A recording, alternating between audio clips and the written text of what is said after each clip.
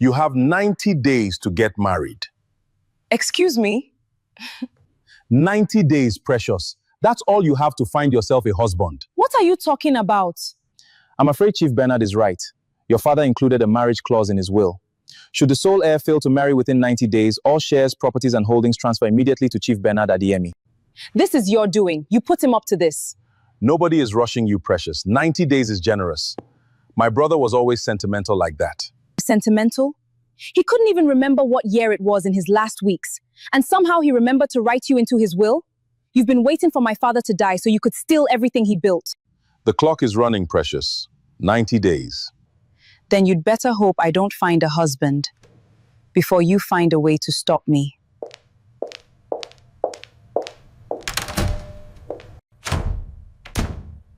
We'll see about that. 90 days, one will, one uncle who'd already decided how this would end. What Chief Bernard didn't know was that Precious was about to make a decision desperate enough to put a stranger's face in every family photo for the next 3 months. A decision that would test her more than anything her father's death already had. If you want to see how far she's willing to go, subscribe now because this is only the beginning. Precious didn't cry in the car. She had promised herself that much. She sat behind the wheel for 11 minutes without starting the engine, staring at the gate of the law firm as if it might open again and hand her a different version of the last 20 minutes. It didn't. The gate stayed shut, and somewhere behind it, she knew, Chief Bernard was already making calls to the board, to his lawyers, to whoever needed to hear that his brother's daughter had 90 days left before everything her father built would belong to him. Her father had spent 30 years turning a single transport business into a company that owned warehouses in 3 states. He had done it with a stubbornness Precious inherited without asking for it, and a trust in his younger brother that Precious now understood, sitting in that car, had been the single greatest mistake of her father's life. She drove home with the radio off. She needed to think, and thinking required silence. By the time she reached her apartment in Lekki, she had already run through every man she knew, colleagues, an ex-boyfriend she hadn't spoken to in 4 years, a family friend's son who had proposed to her at a wedding 2 years ago as a joke that hadn't felt entirely like a joke. None of them would work. A real marriage meant a real man with real opinions, real family, real complications. What she needed was simpler and somehow far more dangerous. Someone who would agree to disappear the moment 90 days ended. No questions, no attachments, no mess. She needed to buy a husband. The idea should have disgusted her. Instead, by midnight, she was searching for talent agencies that handled corporate actors, the kind hired for product launches, fake investors at pitch meetings, extras who needed to look convincingly wealthy for a photo shoot. It was her assistant, Ngozi, who finally found the right name the next morning, a small agency in Yaba that specialized in exactly this kind of arrangement, discreet and unbothered by unusual requests, as long as the money cleared. They have someone, Ngozi said, sliding a folder across the desk. Actor, does corporate work, weddings, the occasional soap opera role. He needs the money badly, apparently. Everyone needs money badly, Precious said, not looking up from her laptop. That's not a qualification. Ngozi said, he's good and discreet. The agency vouches for him. Precious finally looked at the folder. A photograph, a name, Daniel Okoronko. Nothing remarkable in the picture. No obvious sign that this man's face would in 3 months become the most complicated thing in her life.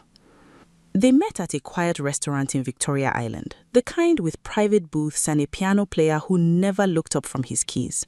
Precious arrived first, laid out 3 printed pages before Daniel even sat down. A contract, rules, terms. Mr. Okoronko, she said, without offering a handshake. I assume the agency explained the arrangement. 90 days, Daniel said, sliding into the booth across from her. Fake husband, convince your family, keep the inheritance. Convince my family and one man in particular, Precious corrected. My uncle. He will look for cracks. You cannot give him any. And in exchange, she named a figure. Daniel didn't blink, but something behind his eyes shifted. Relief, maybe, quickly hidden. There are rules, Precious continued, sliding the pages toward her. We smile at family gatherings. We wear the rings. We attend whatever functions are required to make this convincing. And we do not, she tapped the third page for emphasis, catch feelings. This ends in 90 days, and when it does, you disappear. No calls after, no running into each other at events. This is a transaction, not a relationship. Daniel read the pages slowly, then looked up at her with an expression she couldn't quite place. Amusement, maybe, or something gentler.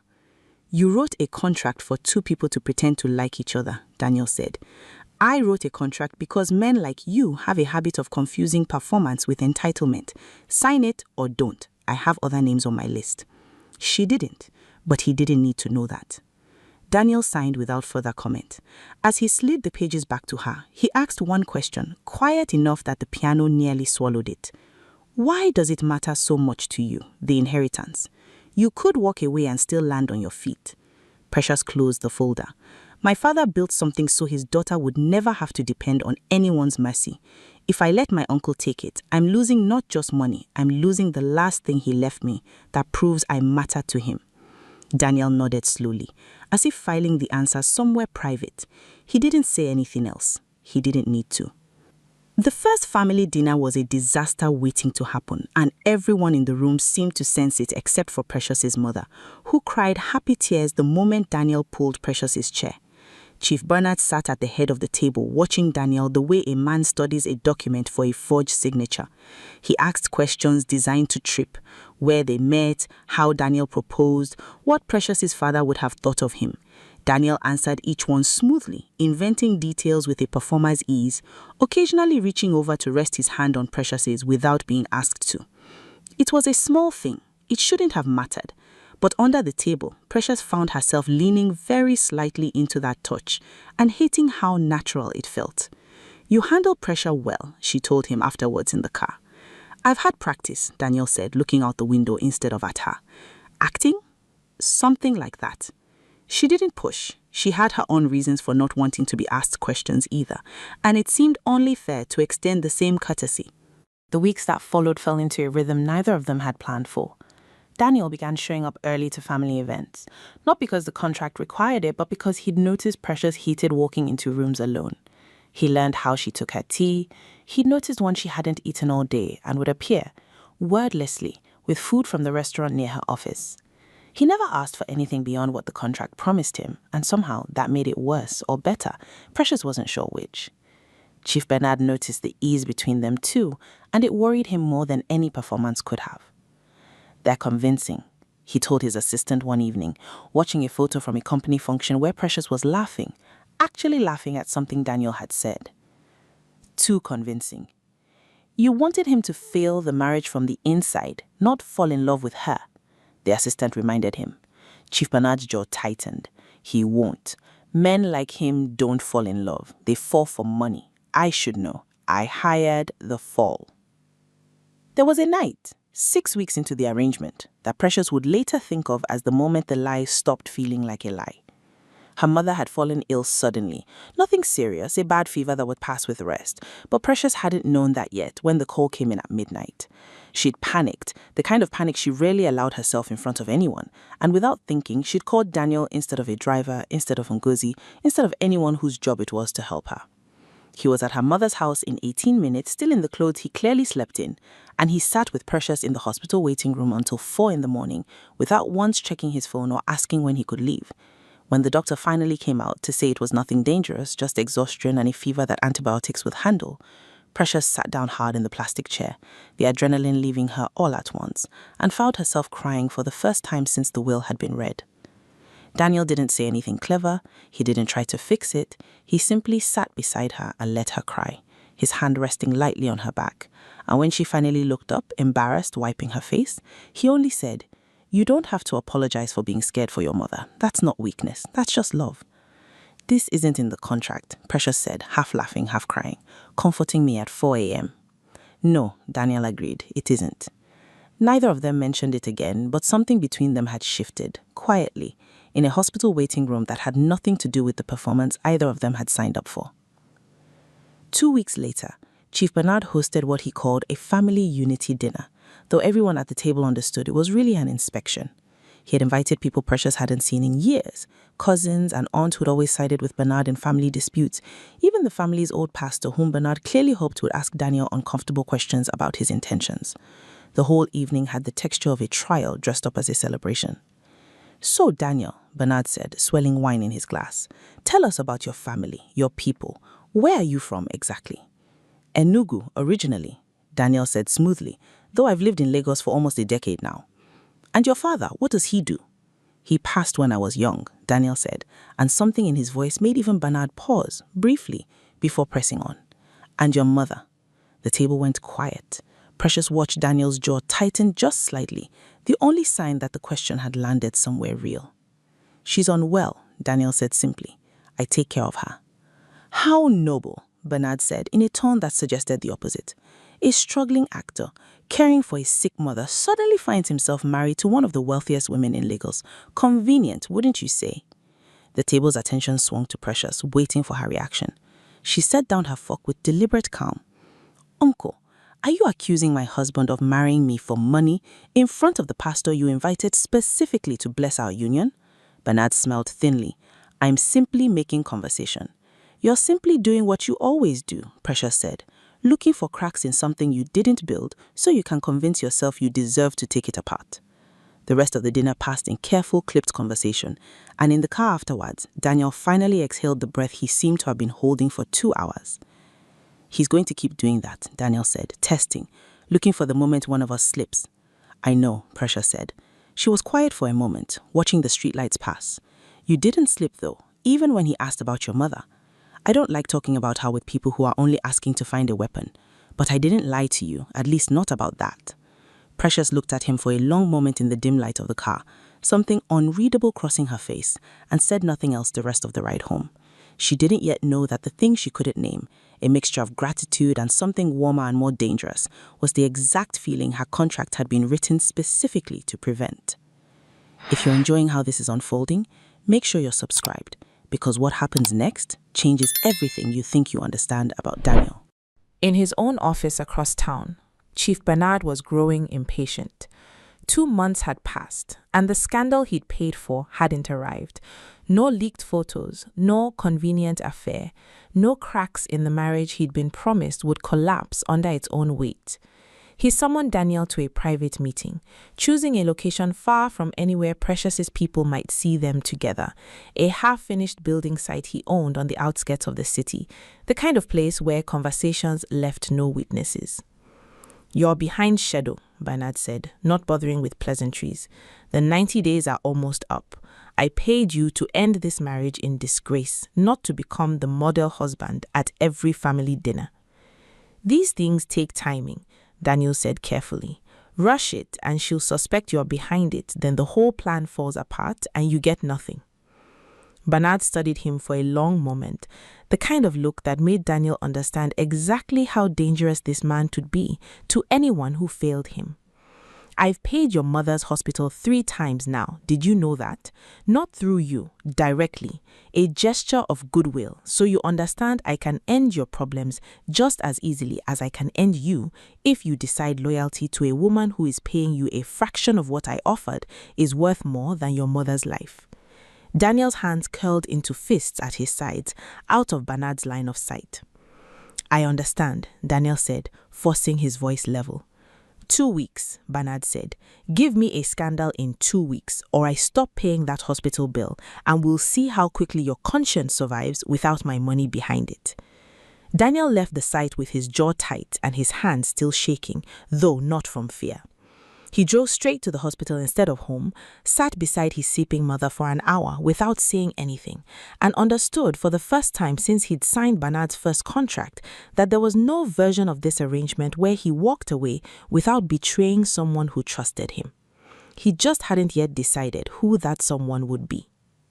It happened on an ordinary Tuesday. Precious had stayed late at the office, and when she finally got home, exhausted, she found Daniel already there. She'd given him a spare key weeks ago for appearances, in case Chief Bernard's people ever checked. He was sitting at her kitchen table, phone in hand, and the moment she walked in, he ended the call too quickly, guilt written plainly across his face. "Who was that?" she asked. "No one. Work." "Daniel." Her voice had an edge now. "Who was that?" He set the phone down, and for the first time since she'd met him, Daniel looked like a man who had run out of lines to perform. "Your uncle," he said quietly. "Chief Bernard." The kitchen went very still. "Explain," Precious said. "Now." Daniel exhaled, long and slow, like he'd been holding his breath for 3 months. "He found me before your assistants did, before the agency job even came through officially. He offered me money, more than what you are paying, to take the role, get close to you, and then sabotage things right before the 90 days ended.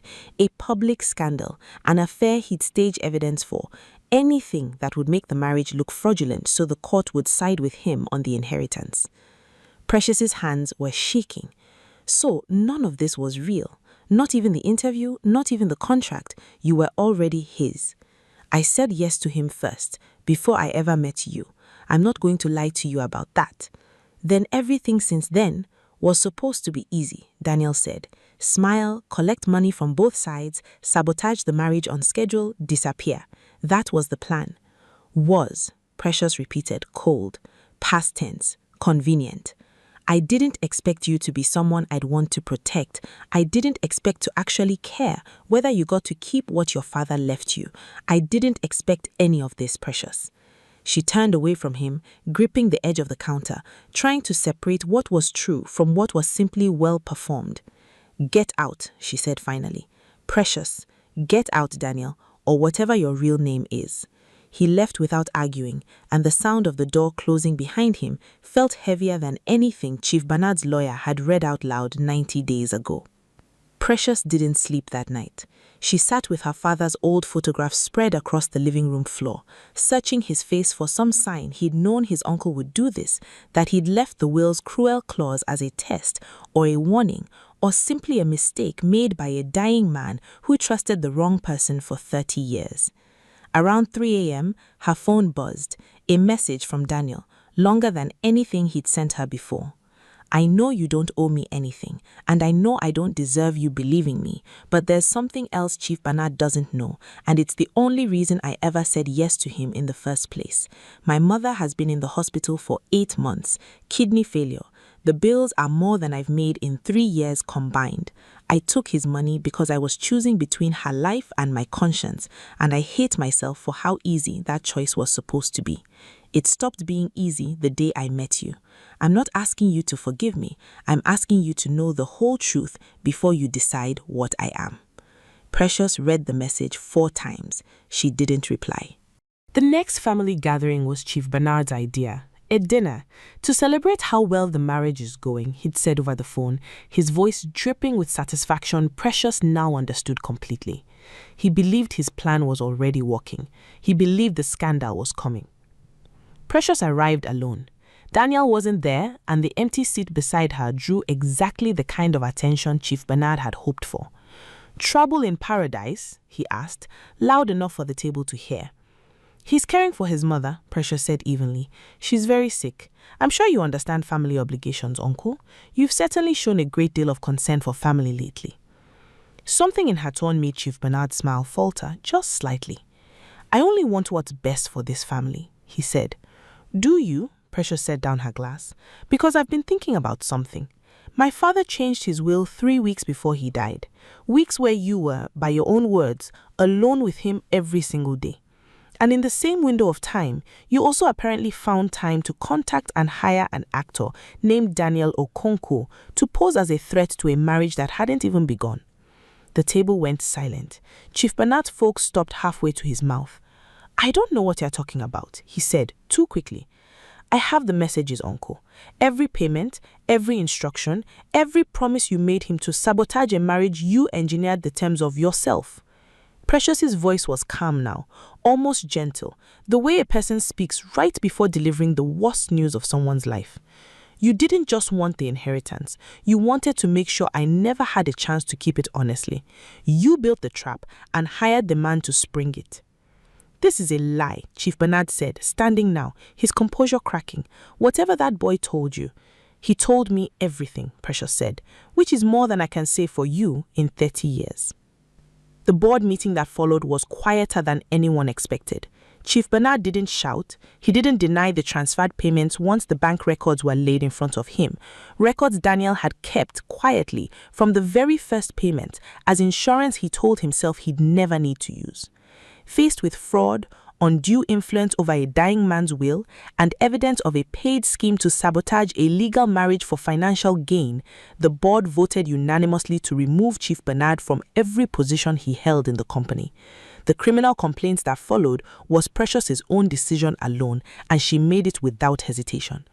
Her uncle, who had spent 30 years positioning himself as the reasonable brother, the patient one, the one who would inherit what patience was owed to him, left the building that day with nothing but the silence of people who no longer trusted a word he said.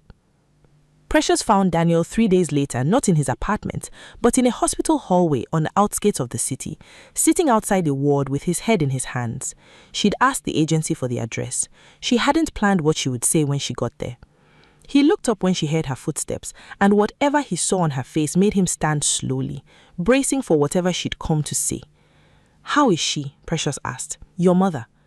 Daniel blinked, thrown by the question. "Stable, for now." "Good." Precious clasped her hands together, the way she did when she was choosing her next words carefully.